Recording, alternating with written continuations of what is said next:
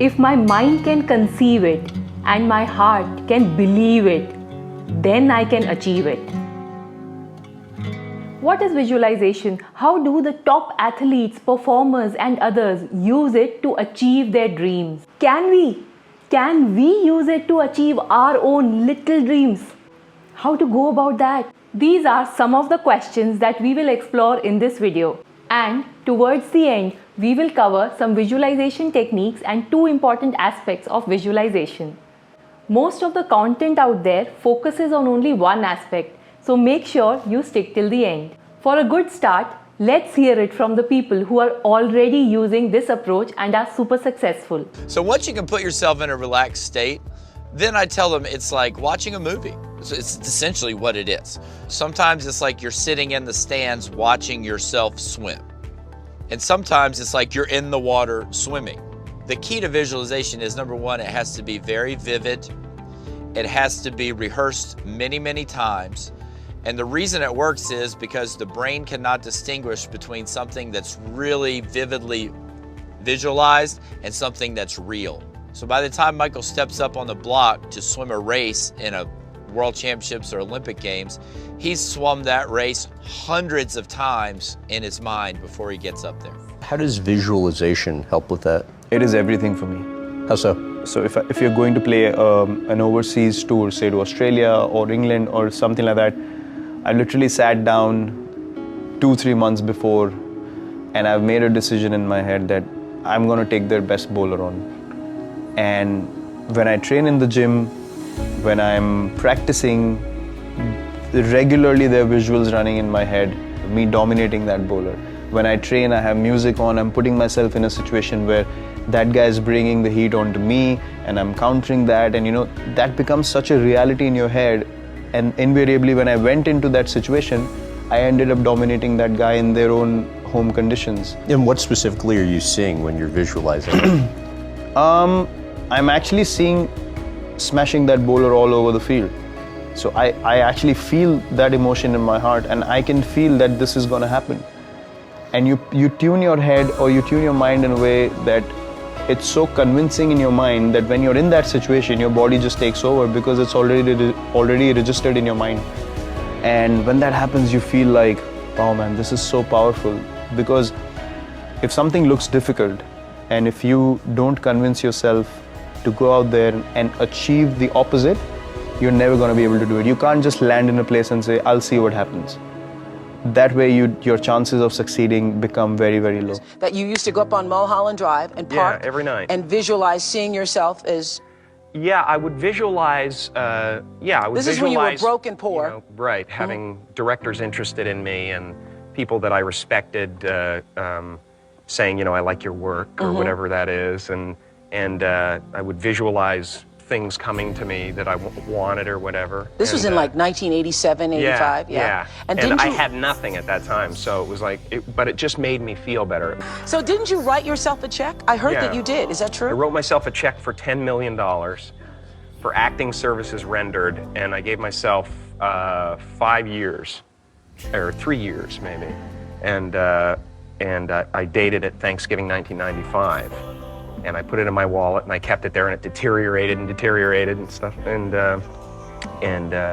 But then just before Thanksgiving 1995, I found out that I was going to make $10 million on, I think it was Dumb and Dumber. Maybe. Dumb and Dumber, yeah. So you visualize yourself like... Hope you got the gist. But let's forget the top stars and athletes for now. Let's talk about us. How can we use it? In fact, let's do it with the help of an example. Public speaking is a common fear among many of us. If we are asked to give a talk or a presentation, what happens?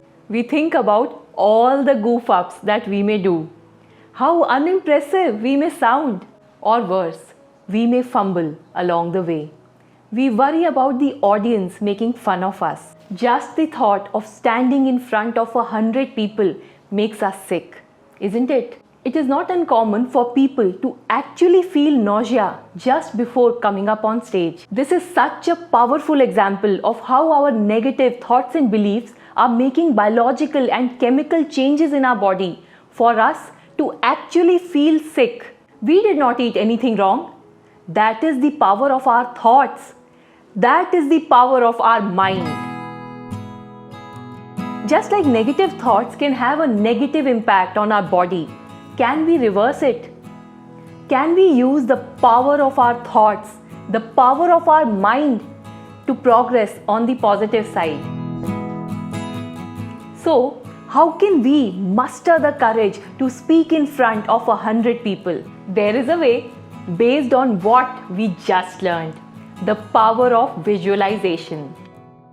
So, when Michael Phelps is about to go for a race, he is not visualizing what mistakes he may make or things that may go wrong. He is visualizing what he wants to achieve. So, back to our example. If we want to develop public speaking, we have to make changes to our thoughts from fear and negativity to confidence. To do that, we need to do some mental rehearsal. That is exactly what those athletes and performers were doing in the clippings that we saw earlier.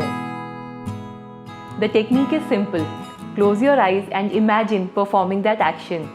Be it an upcoming job interview or going for a swimming competition or giving a presentation. Actively visualize the future event in as much detail as possible. Visualize it as you want it to go. What does that place look like? Where are you standing or sitting? What is your body language? Where are all the others? What all can you hear? What are the noises around? How are you dressed? How are the others observing you? And so on. Anything you can imagine, you can create.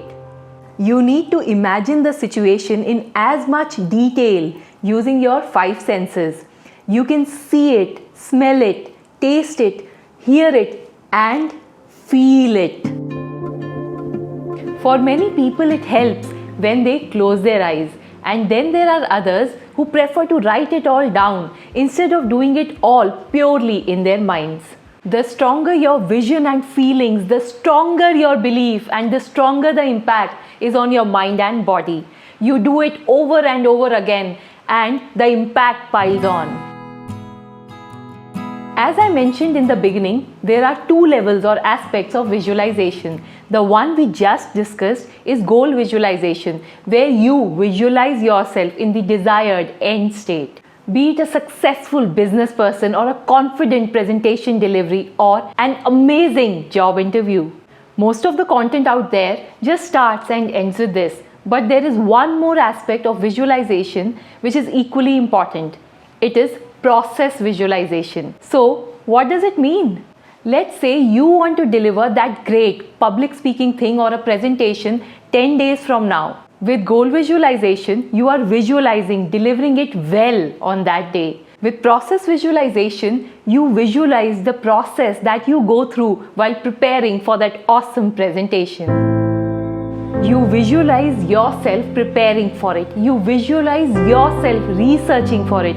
You visualize yourself creating great designs and examples for it. Whatever the steps or parts of that presentation, you visualize yourself doing them. So, over the next 10 days, your goal visualization will remain the same, but your process visualization will change based on what aspect of the presentation you are planning to work on, whether it is research, design, etc.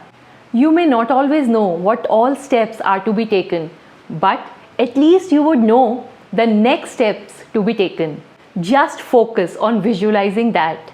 So, putting it all together, with goal visualization, what happens is that since you are visualizing yourself now as a confident speaker, your mind starts to rewire. Instead of focusing on the bad aspects of your speaking, you start to focus on your strengths. With process visualization, you start seeing yourself working on a particular aspect, and that puts you in the right frame of mind. I am good at analysis, and so I am visualizing myself putting detailed analytics in my presentation. And I am visualizing that I am confidently presenting those statistics. I can see myself explaining via examples to engage the audience. So, I visualize adding more examples in my presentation and so on. If my goal is to get fit, Goal visualization is to see the fit you. And process visualization is to see yourself doing 30 push-ups every day and running 2 miles every morning. The combination of goal and process visualization is super powerful. If my goal is to be a successful YouTuber, then I visualize the goal of 1 million subscribers. But I also visualize myself enjoying the process of scripting, shooting, recording, and editing. I visualize myself working on improving my knowledge and skills in these areas.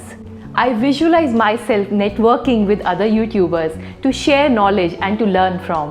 When we do this, our positive thoughts, both for the final outcome and the preparation process, slowly start to drag us out of that pit of self-criticism. Slowly, with each mental rehearsal session, we start to bring change in our thoughts, beliefs, and thus actions. The great thing about visualization is that we can use it in so many areas of our lives. The applications are infinite. The trick behind it is that our brain cannot differentiate between what is already true and what is fiction. When we visualize so vividly, our brain will think that we have already reached that stage and we will start acting accordingly. Unconsciously. There are various ways people use to visualize. You have to find it out for yourself as to what you find most effective. You can also combine a number of techniques. Meditation is one of them, and if you are new to it, you can start with some guided meditations that will guide you through different phases where you will imagine your future self in all detail. Writing daily affirmations helps your mind to get into the future mode. When you write affirmations, always write in the present tense, as if what all you want to happen in future that has already happened with you right here, right now. I am very fit and can run so many miles in so many minutes. I have a successful business with an annual turnover of so much and with so many offices world over. Try to be as specific as possible. Another way of visualizing your future is to create a vision board. In short, you take a blank poster and fill it with snippets and pictures from magazines that represent what you want your life to look like in a certain amount of time. It could be 6 months, 3 years or more.